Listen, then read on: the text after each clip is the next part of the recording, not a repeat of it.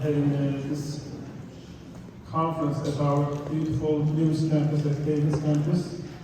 And I want to thank also Gil because he's organizing, I don't know how many of you guys know, but he's organizing all the schedules, everything by himself. And I am also with Melissa together at the board, system board, but he's the only person, the only staff member who is doing everything by himself. Yesterday he was shopping from Costco, the water, snacks, and bringing them here. Thank you very much. Let's give a big applause to Gil.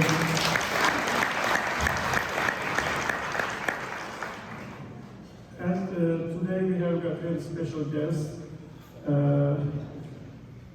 One of the charter schools, like Coral, successful in the northern Nevada, in a small town like Fallon, and Oasis Academy, and its CEO, Melissa McFadden, and she was also former president, board president of our authorized charters, State Public Charter School Authority. And we have got also a general counsel for State Public Charter School Authority, Richard Derrick. Please give a big applause both of them for joining our conference. So thank you. And also we have got Vijay Courier, who is also fighting for our schools in Carson City during the legislative year, and also all the time to get more funding for our schools, for our students. He's also here today, and they also are panelists. And I want to thank Mr. Eraslan, who is the principal of this beautiful campus, and their staff, administrators, for hosting this conference. I know that a couple of weeks ago, or a month ago, we were here all together, all Coral Academy teachers, and here the second time we are here. And thank you very much. And I'm sure that you are going to get benefit from this conference. There are really good sessions during the breakout. There are 3 breakout sessions. And thank you very much.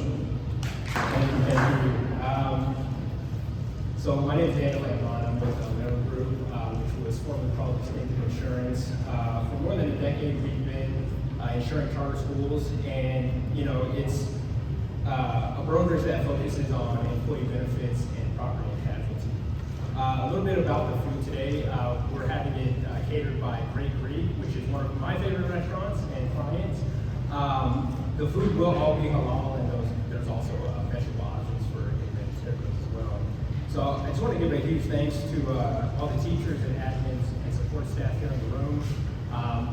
My son is 2, so he was born in 2021, and I moved here in 2009. So personally, I was educated within the charter system, and the reality is we're not going to leave the state. I know there's a lot of people that are like, hey, the education system here is struggling, and we're going to go move to another state because of this or that.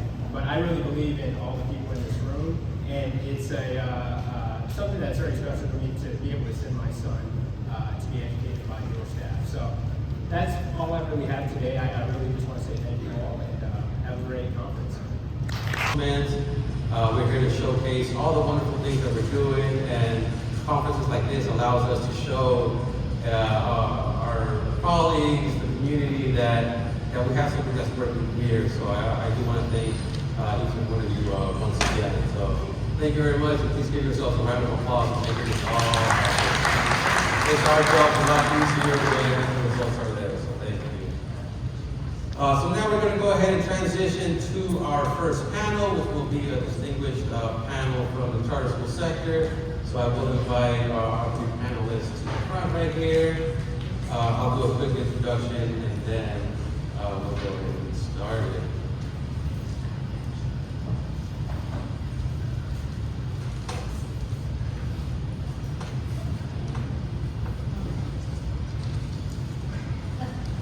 Perfect. So let me go ahead and introduce this panel here. It's going to be talking about the future of public charter schools and what does that look like here in the States. First of all, we have Ricky Courier. He's a partner with Tribe Strategies, communication firm. Ricky, you want to stand up and wave? Thank you. Next up, we have Ryan Herrick. He's the general counsel for the State Public Charter School Authority. have Melissa McAdam. She's the Chief Executive Officer of the Academy and former President of the Board for the Charter Authority. So thank you very much for being here. Like I said before, we just wrapped up this legislative session. A lot of work was done, but that's just the beginning. We do plan on doing a lot of work in the off session. We have about a year and a half to bring legislators to the schools, making sure that they see a student and they know that that student is the same if he goes to a traditional school as he goes to a public charter school. It's the same teachers, the same administrators, and we're doing a wonderful job of educating students. So that's going to be my goal during this off session, is making sure that people from both sides of the aisle recognize the importance of charter schools, because we're not going anywhere. We're a big system, we're a successful system, and we're here to stay. So we're very proud about that. So I'll go ahead and start it off with the first question. It's going to be to Ricky. Can you summarize some of the important initiatives from last session dealing with education and public charter schools in general? Thank you, Gil. I think you covered a majority of them, but the big one is the money. SB 503, which is the funding bill, infused an extra $2.6 billion into the education system, which fully funded the base and the weights. And that was the biggest increase in Nevada's history for education investment. There were a couple of other initiatives that impact charter schools. There was an accountability initiative, I believe it was SB 98. And then also transportation funding, which was the other big issue that we were pushing for this legislative session. So there were some other ones that came about that we had to fight off.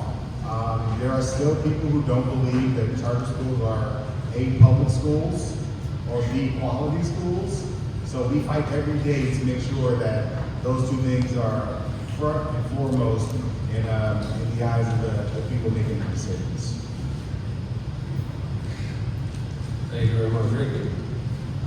Next question is going to be to Melissa. Being a former member of the Charter Authority, where do you see the direction of the Charter Authority going into the next year, 2 years, 3 years? What's your prediction on where it's going? I gotta stand up. I am a teacher at heart.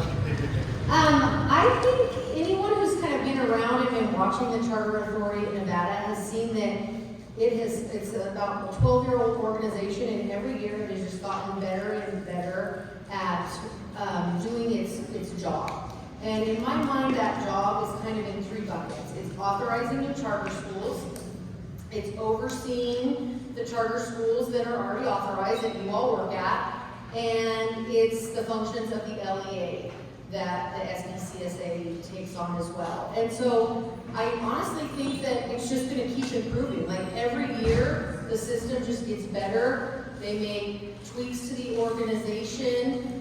They've been able to get appropriations for adequate staff to service all the schools that now fall under their umbrella. So I honestly think the direction it's going is it's going to keep going up. It's going to keep getting better and better. The ecosystem in Nevada is going to keep getting better and better for charter schools, and a lot of that is because of the good work that the SBCSA has done in maintaining a high quality portfolio. So really it's thank you to all the teachers who are really doing the hard work to get us those student outcomes that our students deserve, but then also allow us to brag as a charter school portfolio and say, look how good we're doing. Because that work is what lets that ecosystem improve, like what Ricky was talking about, having transportation funding, all of those sorts of things. So yeah, I think it's just gonna keep getting better and better. Absolutely, thank you very much. And then this question is for Ryan. I'll give a little bit of brief background in there. Yesterday we had an opportunity to meet with Governor Lombardo. He came to Matter Academy, Mount Vista, and had a couple of teachers here from Matter, so thank you for coming. So he did unveil a new plan that's called ACing Accountability. And the whole notion of it is that the state did invest a lot of money into the education system, but you can't just be throwing money without the accountability part to it. So with the influx of money, there has to be some kind of way to measure it.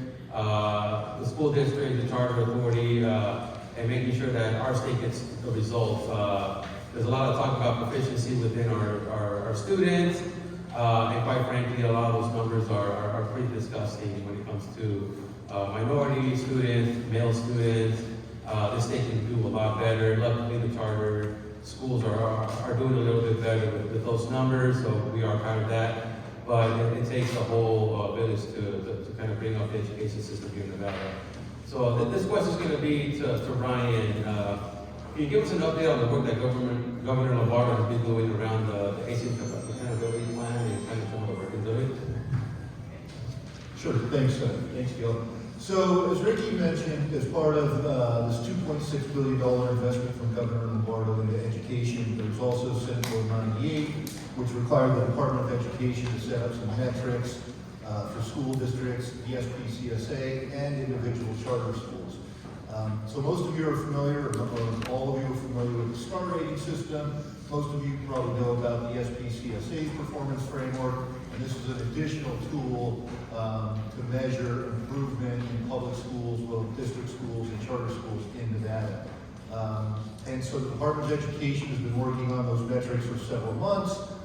We had some input into those, and then as Gil said, Joe Niebuhr, the state superintendent, and Governor Lombardo had a press conference over at Matter Academy yesterday and kind of rolled out the program. And so, so it measures growth, which you're probably familiar with, early childhood literacy, career and college readiness, and I think there's 6 total metrics.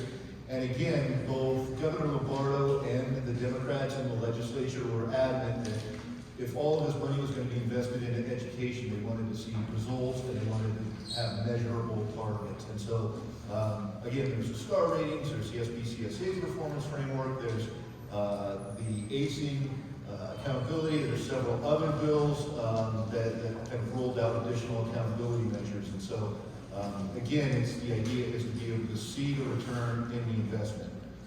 The one thing that we have cautioned Governor Lombardo and some of the superintendents about is, as many of you know, in education, and I'm not an educator, I'm just a lawyer, but change takes time, 3 to 5 years and whatnot. And so the fear is that with things like ACing accountability, that you're kind of setting, that they're setting the state up for failure. Because I'm not sure, especially with some of the school districts that have historically underperformed, that you're going to see vast improvement in 2 years, which is what they're looking for by the next session. So we've kind of been talking to Governor Lombardo, Superintendent Ebert, to make sure that the expectations are realistic. But again, the idea behind it is if we're going to invest all of this money, we want to see a return on that investment, and we want to see measurable results. I just want to add on to that because I know that if I was a teacher sitting in this room or a principal sitting in this room and I heard that, I would be like, oh my gosh, there's something else that they're going to measure me on. And I just today in the airport on the way here, Brian pulled it up and let me look at it. And I will say, I did breathe kind of a sigh of relief as a school leader because it's the exact same metric. It's 6 of the exact same metrics that you're already being measured on. So while it sounds like it's this other new thing, and it is, it's going to be paperwork for all the principals, but for the classroom teacher, it's looking at your growth. It's looking at your read by 3 proficiency. So they're measures that are already on the Nevada School Performance Framework and the SPCSA academic framework. So I think that made me feel a lot better when I saw that. It wasn't like whole new things that we were going to be measuring.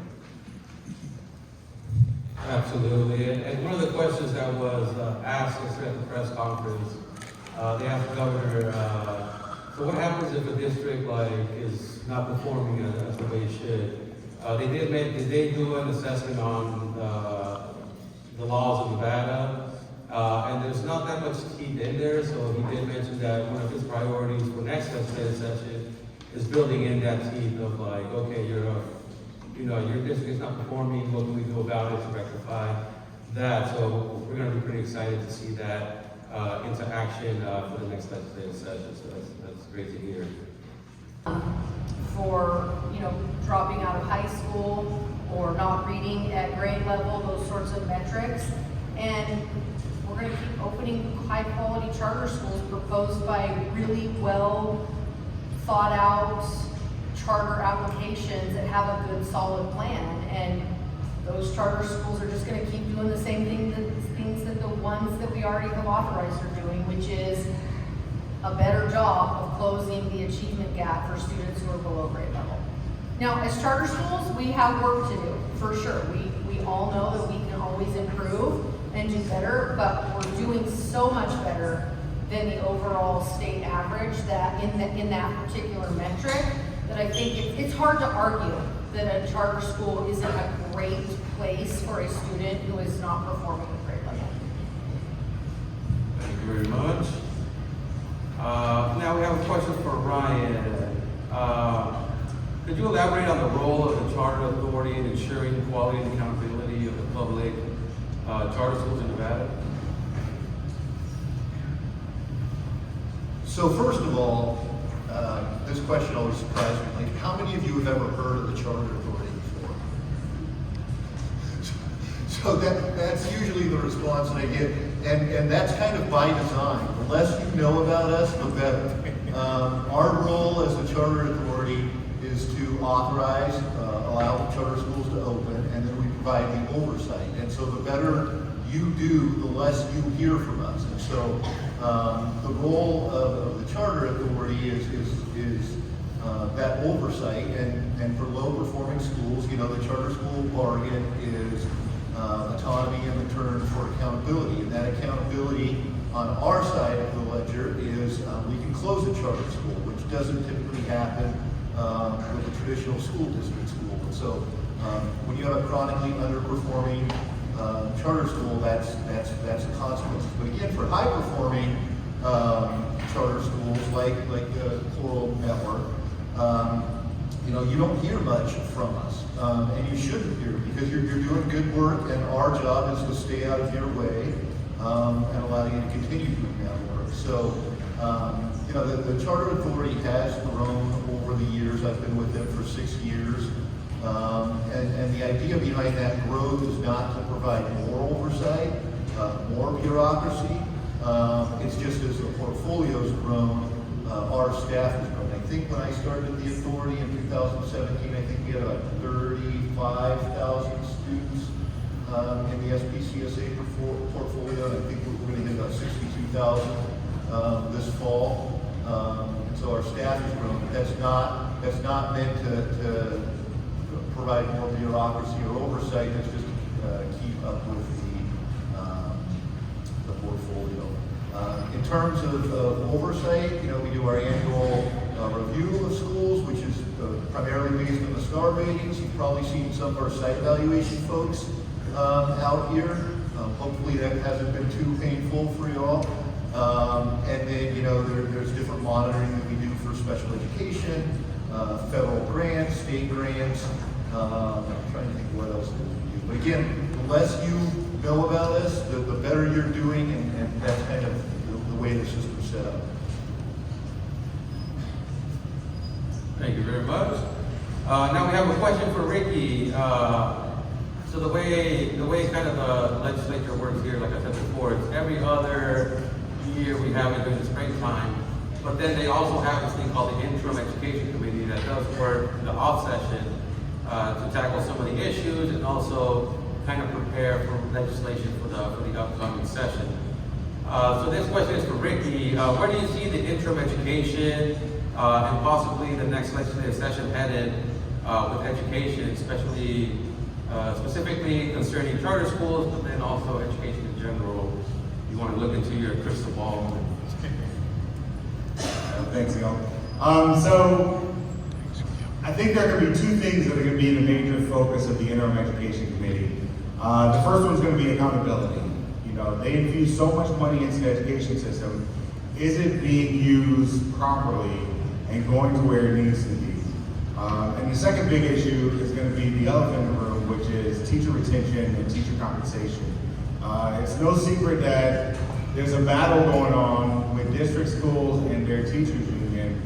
And every time you hear them talk about it, they talk about, well, the legislature did this. What they don't talk about is how is it going to affect kids. So that's going to be a big issue that the legislature is going to take up. And one of the reasons that charter schools aren't involved in that is Senate Bill 231 was $250 million put aside for teacher raises, but it did not include charter schools. And the issue with the money is it's a 2-year funding bill. So there's no guarantee that the money will be there afterwards, which is the district standpoint of how do we give you raises if we can't guarantee that it'll be there as part of your base. And of course, the teachers union is on their side arguing for the benefit of the teachers, which is justified. But it's going to be a fight that's going to play out, and the kids are going to be the ones that lose. But that's going to be a big issue that's taken up during the interim. In terms of next session, I know the big push from our end is going to be facility funding. There was a bill this session for facility funding. It didn't get a hearing. But we have a governor who's pro-school choice. We've gotten the conversation going. Charter schools are more on the radar of individuals who are supportive. And as we move forward, we think we can inch closer and closer to that goal also. I'll just add to that a little bit because, there's a theme here about accountability and the money that was infused into education. And so they added some responsibility to the interim education committee to oversee charter schools and school districts. They created a subcommittee, the interim finance committee, to do the same thing. The funding commission now is looking at academic achievement. And so, to Melissa's point, many of the metrics they're looking at are all the same. But you can see the push from both sides of the aisle that if we're going to invest money into public schools, we want accountability for that money. And so they may have gone a little overboard, in my opinion. But the good news is charter schools typically outperform the state across the board. And so there will be additional reporting for us, for school leaders and whatnot. But I don't see any negative consequences coming from any of that. And instead I see positives because I think, the goal is to be able to show the governor and the legislature next session that charter schools have continued to grow, they've continued to improve, they've continued to provide high quality options for students. And so all of these additional metrics, reporting, different commissions and bodies that we have to go in front of to show how this money is being spent. Again, it's a little more work for us, but it doesn't bother us because I think the results are going to be positive. Together to provide a very educated workforce. Well, let me start by saying thank you to every one of you in this room. Because of the work that you do, it makes our job a whole lot easier. The quality and level of education standards that you have for your students surpasses the other districts, and it's a testament to the hard work and dedication that you guys have. In terms of the business community and what they need, we're an ever-changing market, and as we diversify, we need a more educated workforce to go into this sector. And that's part of what the accountability standards is focusing on, is 8th through 12th grade, and I think 2 members for the new ACES accountability focuses on workforce development. It does. So, things like dual credit and AP courses are important because it prepares our students for the workforce and for college. Not every kid is going to go to college, so we need to prepare them for what comes next in their journey. And you guys have been doing a great job of helping us get to that. And I'll add to that, and when you talk about the business community and charter schools, to Melissa's point, kind of the smaller model, the more localized control, Southern Nevada Trades High School, a charter school that opened this year, it's focused on the construction trades. And that's not to say that CCSD or the other school districts don't have specialized programs, but I think you're seeing charter schools that are able to have those kind of unique models to serve the business community. Is a place where charter schools kind of excel. And again, talking about the business community, you're starting to see these things like the Sands Corporation now supports one of our charter schools, the Young Women's Leadership Academy, financially and other ways. So you're kind of seeing this combination of, and what Sands said to us is they said, we're not getting enough qualified workers. We want to kind of start to grow our own. And so they're funding this school to a certain extent. And so you're seeing those kind of collaborations between business and charter schools, I think, in a different way than you've seen in a traditional school district.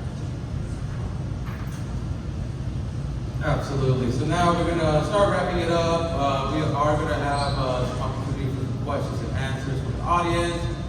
But I want to hand it off to each of our panelists. What do you think is exciting about the charter system that's coming up next? Like what keeps you up at night, or what gets you excited for the future? A few words as we wrap up the presentation.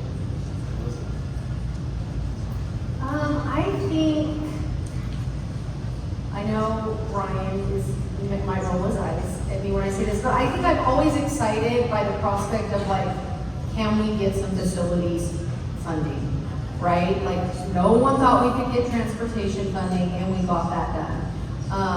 So for me, it's exciting to think a couple things. Of course, facilities funding, but even just building on what Ricky said about the work that you guys do, don't think it doesn't matter in this, because it absolutely does. Because in this next session, when we go back and say, it's a bunch of crap that you didn't include charter school teachers in this $250 million matching bill, because it is, because look at the outcomes they got. It's your work that you're doing directly every day that is going to put us in a position to have a strong argument for those things that we want. Being included in teacher raise money, being included in transportation dollars, being included in facilities money, all of those kind of things, it's all based on ultimately the work that's happening in your classroom. And so that I think is exciting to see what could happen. We do have a governor right now who is very pro-charter, and that works in our favor. Even if you don't agree with him on everything else, that works in our favor, right? So let's see what we can get out of that, right? So I'll say kind of two things. One, I think the charter authority, which is probably the least of your worries. So some of you may know our executive director just left. Our director of authorizing just left. Next week will be my last week at the charter authority after 6 years. And so I think the authority's in a transition and a place to kind of go to the next level. In terms of charter schools, particularly in Nevada, I think you're at a real inflection point. And I think, as Gil said, there's 68,000 charter school students in the state of Nevada, which is more than are in Washington County School District up in Reno. I also think charter schools are now big enough that we can't be ignored. I think you're seeing more and more unique models. You're also seeing some of these pre-K programs, micro schools, and I'm not a big school choice guy, I'm just a lawyer, but I think you're kind of seeing the smaller model, the local control of charter schools. You're seeing the results, again, your hard work, and I think, again, pro-charter school governor. So I think you're at a point where the next 5 to 10 years, charter schools are going to be, they used to be kind of unheard of. Now most people know what they are. I think they're going to be a focus of the education system here in Nevada in the next 5 to 10 years. Per person, like Arjan said, I went to bat for Oral when I thought they should be able to open their campus. But I do think, and I think we're really lucky, like I said, we have a governor who's on our side, and that's awesome. But I also think we have to remember that people have very long memories. And I don't necessarily think the best thing to happen for charter schools is for a whole bunch of new charter schools to open if they are not, one, performing really well, and two, representative of the communities. If that happens and all these municipalities open a bunch of charter schools that are not well thought out, that are serving, you know, affluent kids only, that, or their outcomes are terrible, that is actually going to hurt us all. So I'm excited to see what happens. Like, I understand why Henderson wants to open schools. Like, they desperately need them, and I'm excited to see what happens, but I do think we have to be somewhat cautious because we're not always going to have a pro-charter governor. And so we got to be a little bit cautious about it and make sure we maintain the integrity of the schools that we are opening, for sure.